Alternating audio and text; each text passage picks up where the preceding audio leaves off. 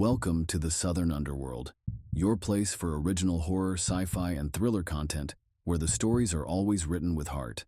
Don't forget to like this video, subscribe to the channel, and leave a comment. We'd love to know in what part of the world you are watching and what is your favorite horror movie of all time. Thank you for watching and enjoy the video.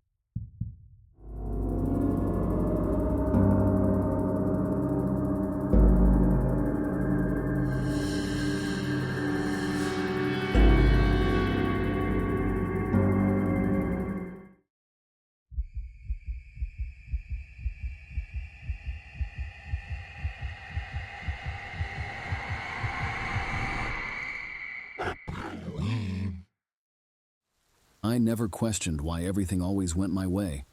The universe seemed to bend around me, creating perfect paths where others found only obstacles.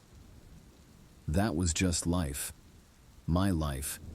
Until that damned St. Patrick's Day when the truth crushed my perfect world. The neon signs of O'Malley's pub pulsed through the foggy night as I pocketed another wad of cash from their annual raffle. $5,000.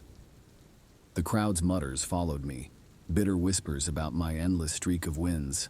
I'd heard it all before, born with a silver spoon, devil's favorite, cosmic mistake. My phone buzzed. Another stock alert. My portfolio had doubled again. I grinned, stumbling slightly as I cut through the alley behind the bar.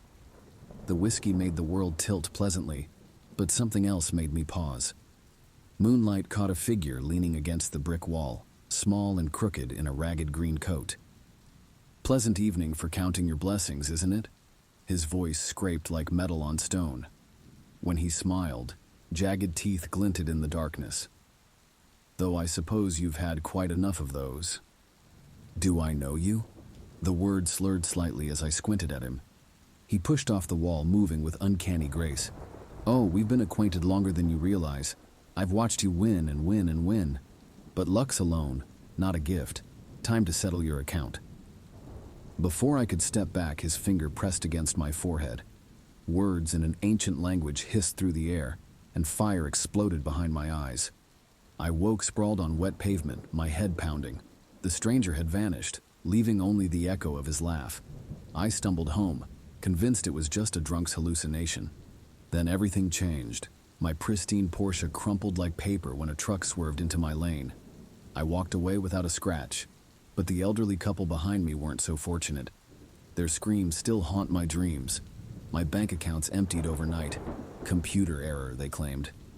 No trace of my millions remained. My perfect stock picks plummeted minutes after I invested. Doors slammed in my face. Elevators trapped me for hours, and crossing the street became Russian roulette with fate. But the worst part? The faces. They started appearing in crowds, in mirrors, in the darkness of my room. Twisted, accusing faces of people I'd never met, but somehow knew. A construction worker who fell the day I got my dream job. A woman who lost everything in a fire while I won the lottery. Their whispers filled my ears. You took our luck. You took our lives. I saw the little man everywhere now, watching from windows, lurking in shadows, always wearing that razor blade smile. When I finally broke down and visited Professor O'Brien, an expert in Irish folklore, the truth shattered what remained of my sanity. The gallows glass, she breathed, pulling ancient texts from dusty shelves. It chooses those with natural greed, amplifying their fortune by stealing it from others. But it always collects its debt. How do I stop it? Her eyes filled with pity. You don't, unless what? Find someone to take your place, transfer the luck, but they must accept it willingly, knowing the full cost. I laughed bitterly. Who would choose this curse? Someone desperate enough, someone like you were, perhaps. The walls closed in as realization struck. How many times had I ignored others' misfortune, too busy celebrating my own success? How many lives had my luck destroyed? Now the gallows glass torments me nightly, rattling coins in the darkness, showing me more faces, more lives ruined for my prosperity. The full moon approaches, my deadline. Soon, I must choose, condemn another soul to this nightmare or become like him, wandering forever. collecting debts from those too blind to see the cost of borrowed fortune. My phone rings. It's my brother, desperate for help. His business is failing, his wife is sick, and his children are hungry. He'd do anything for a bit of luck. Anything. I stare at his name on the screen, my finger hovering over the answer button, while coins rattle in my ears and shadows dance in the corners of my eyes. Sometimes the greatest horror isn't in what we face, but in what we're willing to do to escape it. What would you choose?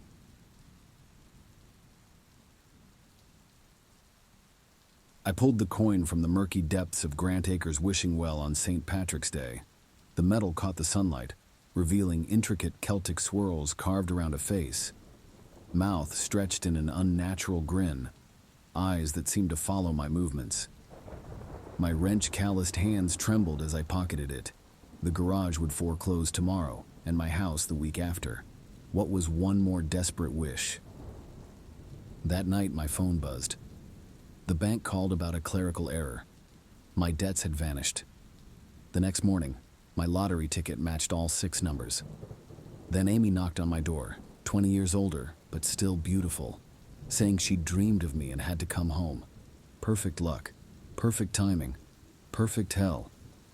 Word spread through Grant Acres like poison.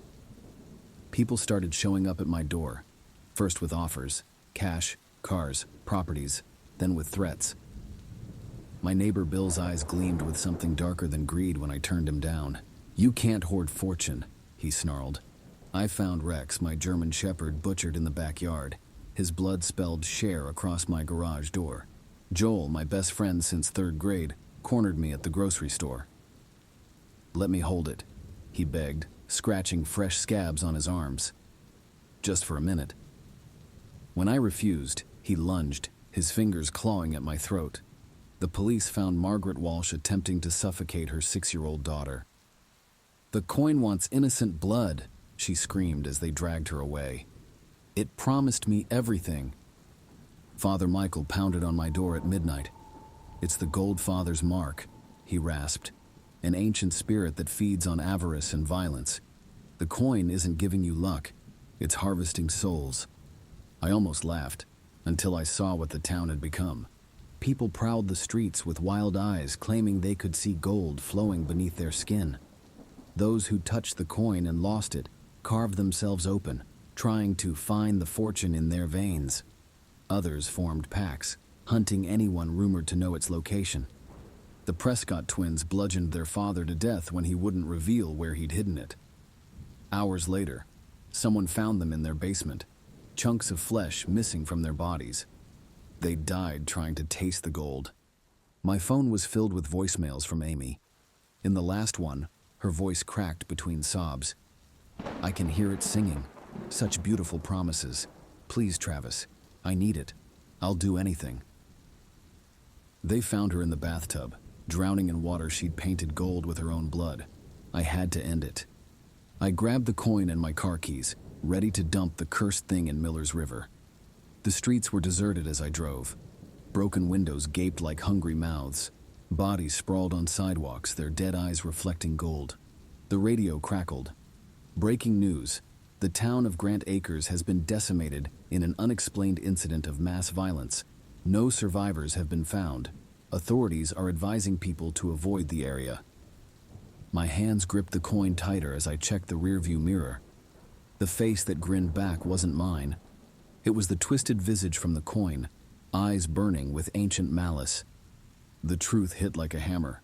I never escaped. None of us did. The coin had already claimed Grant Acres, trapping our souls in an endless cycle of greed and bloodshed. Now we're just another cautionary tale, a whispered warning about the price of fortune. And somewhere out there in another quiet town, that coin is waiting for the next person desperate enough to make a wish, to sell their soul for a chance at gold.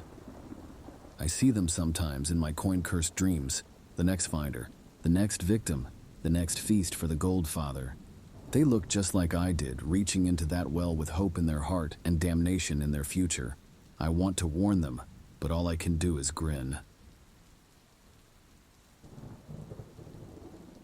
I found it nestled in a patch of ordinary clovers outside my apartment building on St. Patrick's Day. It had perfect symmetry, 4 pristine leaves spreading like a green star against my palm. People spend hours hunting for these symbols of luck, and I just happened to glance down at the right moment. "Finally, something good," I muttered, slipping it into my wallet. Little did I know those words would haunt me for months to come. The next morning, Maria stood in our kitchen, her bags packed. "I've met someone else," she said, avoiding my eyes. "I'm moving out today." 8 years together ended in 5 minutes. That afternoon, my boss called me into his office. "Budget cuts," he claimed, but his smile didn't reach his eyes as he handed me my termination papers. At the gym, attempting to work off my frustration, my ankle snapped during a routine run. The doctor said I'd need surgery. 3 disasters in one day seemed unlikely, but I blamed coincidence, until the pattern emerged. My bank account was drained through mysterious transactions. My car's brakes failed on the highway.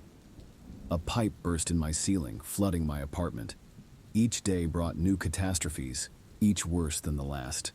The shadows started moving wrong. Dark shapes darted just beyond my peripheral vision. Sometimes I caught glimpses of figures watching me, their faces twisted masks of pity and guilt. Desperate for answers, I researched 4-leaf clovers late into the night. Most sites spouted the usual luck propaganda, but buried in an old folklore form, I found something different. A warning about reverse clovers, cursed vessels that didn't grant luck, but drained it. The post described my exact symptoms. The only cure? Give the clover away, but the recipient had to accept it willingly. I tried everything, offered it to strangers as a lucky charm. I left it in public places with enticing notes, posted it for sale online, but something always interfered. The clover remained stubbornly in my possession like a parasite refusing to let go. Then came the revelation that shattered my world. Someone had done this to me deliberately. Someone had known exactly what this lucky clover would do, and they'd chosen me as their victim. My nights were consumed by questions. Was it a stranger or someone familiar? How long had they borne their curse before it was transferred to me? As weeks passed, my desperation grew. The accidents got worse. Fire nearly claimed my new apartment. A falling air conditioner missed my head by inches. The shadows crept closer, whispering promises of worse to come. That's when I met Tommy. He sat alone on a park bench, head in his hands. When I approached, his story spilled out. Wife dying of cancer, mounting medical bills, 2 young kids to feed. He needed a miracle. The clover burned in my pocket. "I have something that might help," I heard myself say. My hand shook as I pulled it out. A 4-leaf clover. For luck. His eyes lit up. Hope replaced despair as he reached for it. "Really? You'd give this to me?" I hesitated. Images of his future flashed through my mind. Disasters, accidents, that creeping darkness that had haunted my days. But self-preservation won out.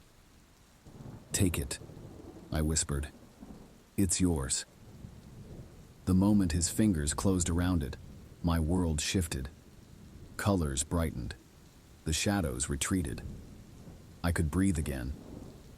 Then Tommy stumbled, spilling his coffee down his shirt. A small thing, but his face, the confusion, the dawning horror, told me he felt it too. The beginning of his nightmare.